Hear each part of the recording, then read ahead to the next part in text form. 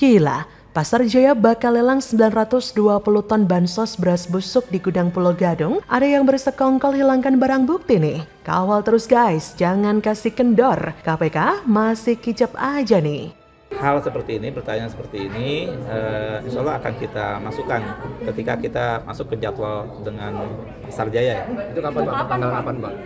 Timingnya kemungkinan di Februari kali ya, karena Februari awal. Januari udah penuh semua.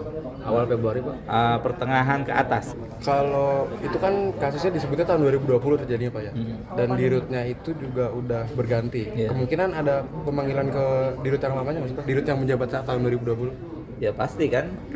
Masyarakat ada yang tahu terkait dengan dugaan korupsi, ya sebaiknya melapor kepada KPK. Ya. Silakan melapor sehingga kemudian nanti bisa ada komunikasi lebih lanjut antara KPK dengan pelapornya. Yang pelapor itu dilindungi undang-undang, gitu ya. Pengayaan informasinya bisa dilakukan, ya. Kemudian verifikasi telahan untuk memperoleh datanya bisa dilakukan, gitu. Jadi tidak kemudian disampaikan pada ruang-ruang publik ataupun di media sosial, kan begitu ya, yang kemudian justru kontraproduktif dengan upaya-upaya kalau memang benar ada dugaan korupsi itu terjadi, begitu ya. Kaitan suap yang jelas dia korupsi. Nah, ini belum terbukti memang karena masih harus dibuktikan di pengadilan. Tapa memalukan Anies. Gini kok mau nyapres. Sebelumnya beredar kabar dugaan korupsi Bansos Pemprov DKI Jakarta pada tahun 2020 mencuat dari cuitan Rudy Volingka melalui tweet akun Twitter Kurawa pada Senin 9 Januari 2023. Akun tersebut mengungkapkan ada 1.000 ton beras Bansos yang hingga kini masih disimpan di gudang penyimpanan Pasar Jaya yang berada di Pulau Gadung, Jakarta Timur. Dan kini akun tersebut mengungkapkan kembali bahwa beras bansos yang tak layak konsumsi tersebut dilelang dengan harga yang sangat fantastis.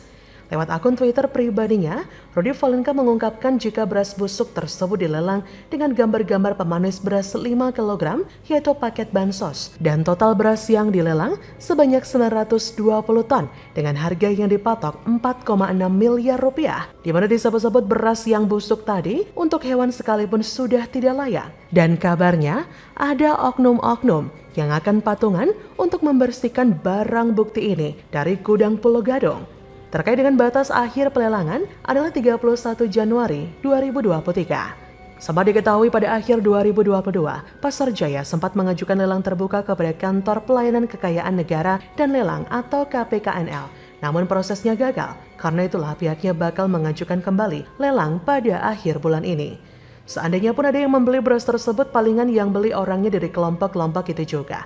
Mana mungkin ada orang yang berakal sehat membeli beras yang kualitasnya seperti itu, apalagi dengan harga begitu fantastis. Seperti yang penulis bilang di awal tadi, untuk pakan hewan saja tidak layak. Dan juga kalau memang ada yang tebus itu beras dengan kondisi seperti itu, busuk, rusak, dan bau, kemungkinan dialah bohirnya. Di sisi lain, oknum panitia lelangnya memang perlu diperiksa. Mereka memilih penawaran tertutup, biar tidak ada yang tahu selain pihak KPKNL dan pemenang lelang. Maka dari itu saya menantang KPK, berani nggak pas di hari pelaksanaan minta data peserta lelang dan siapa pemenang lelangnya?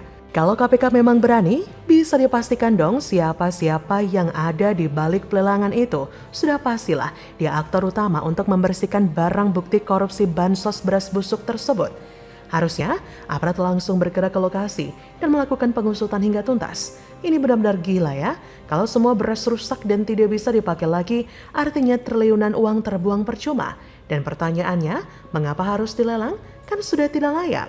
Saya sih mengusulkan kepada Kemenkumham untuk menggunakan beras yang ditemukan di Pulau Gadung tersebut sebagai pakan bagi mereka yang divonis bersalah di kasus korupsi, khususnya pada kasus terkait. Selain akan menghemat anggaran lapas, juga diharapkan akan memberikan efek menonjol secara berkesinambungan. Dengan kerugian negara yang begitu besar dan ada upaya-upaya penghapusan barang bukti seperti ini, harusnya sudah cukup untuk KPK mengusut kasus ini. Angka kerugiannya bukan main besarnya. Harusnya ada dugaan korupsi. Tapi KPK diam-diam aja kan? KPK kicap-kicap aja kan? Ataukah KPK mungkin sudah tahu tapi hanya bisa mengendus-ngendus saja? Bukti-bukti yang diberikan oleh akun Kurawa seharusnya sudah memenuhi syarat menjadi viral. Biasanya banyak media yang suka memberitakan sesuatu yang viral. Tapi lucunya, anyep-anyep saja. Why? Apalagi buzzer sebelah, dia membisu pura-pura bego berdoa supaya kasus ini lenyap begitu saja ditelan bumi. Artinya ada sesuatu yang gak beres dalam skala masif. Ini sungguh keterlaluan banget. Anggaran yang dipermainkan seenaknya, rakyat yang membutuhkan malah jadi objek paling dirugikan. Ini adalah kejahatan serius yang tak boleh dianggap remeh. Aparat harus bergerak, KPK harus bergerak. Kita kawal sampai tuntas, jangan sampai kendor. Bagaimana menurut Anda?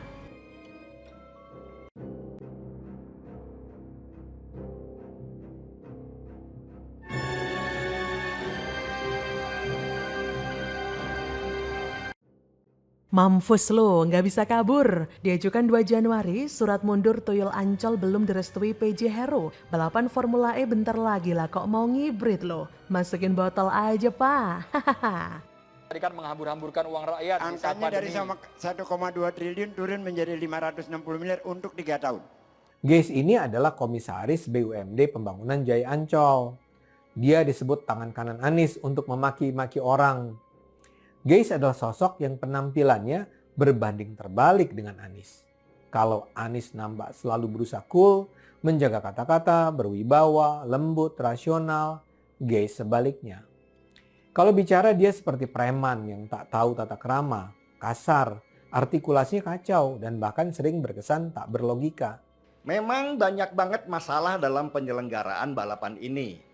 Mulai dari hitung-hitungan investasinya yang nggak jelas, kecurigaan adanya lebih bayar komitmen fee ke panitia penyelenggara, terus tempat penyelenggaraan, sampai terburu-burunya pembuatan sirkuit balap yang bikin resah.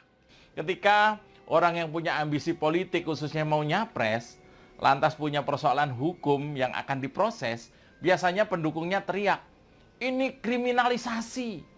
Ini penjegalan, Anies bakal disikat.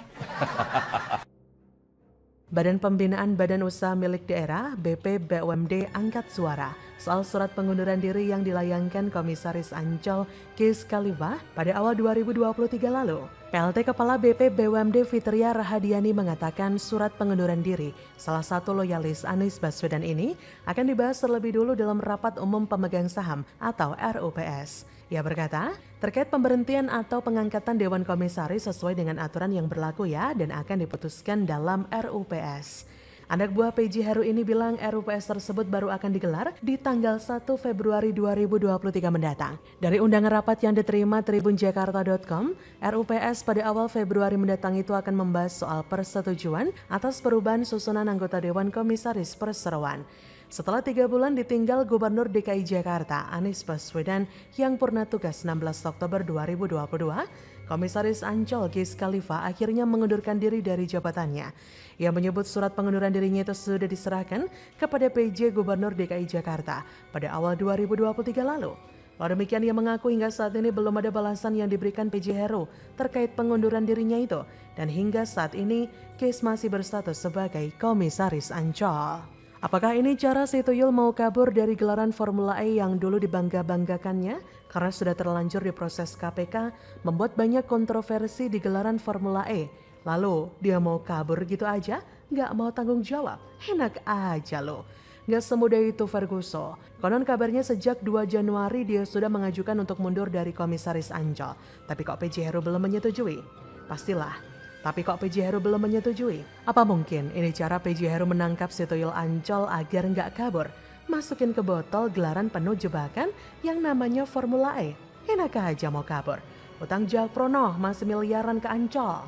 Saya melihat bagaimana orang ini yaitu Geis Khalifa benar-benar menjadi congornya Anies ya. Ya kerap berkata-kata kasar di Twitter, tapi ketika dibalas kok kerjaannya cuma ngeles dan kabur. Emang tipikal dari para pendukung Anies, memang pendukung Anies gak ada otak.